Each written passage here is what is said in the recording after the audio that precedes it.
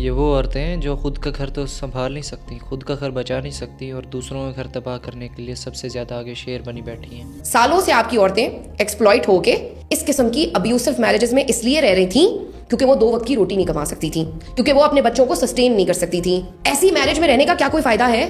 کیا ہم شادی کیوں کرتے ہیں؟ تو ایسی عورتیں نا زیادہ تر بڑھاپے تک پہنچ نہیں پاتی، کیونکہ اس سے پہلے یا تو انہیں طلاق ہو جاتی ہے یا گھر سے نکال دیا جاتا ہے، اور کچھ نہیں ہوتا۔ یہ اسلام کے نام پہ ویسی کلنک بنی ہوئی ہیں، کیونکہ یہ بات تو کلیئر کر دی گئی ہے کہ مرد باہر کے کام سنبھالے گا، عورت گھر کے کام سنبھالے گی۔ اس میں برائی کیا ہے؟ اس کو اس کی طاقت کے لحاظ سے کام دیا گیا، مرد کو اس کی طاقت کے لحاظ سے کام دیا گیا، تو اس میں زیادہ شرم بے شرم ہونے کی کیا بات ہے کہ بھائی مرد کمائے گا تو عورت کو شرم آتی ہے، گھٹن محسوس ہوتی ہے؟ ایسا تو ہوتا تو کچھ بھی نہیں ہے۔ ہاں، جو بد لحاظ اور بد چلن عورتیں ہوتی ہیں ان کو ایسا محسوس ضرور ہوتا ہے۔ تو ان لوگوں کا اور تو کوئی حل نہیں ہے، بس ان سے کنارہ کشی کی جا سکتی ہے اور کچھ نہیں۔ ملتے ہیں نیکسٹ ویڈیو میں، تو ان سے دور رہیں۔ اللہ حافظ۔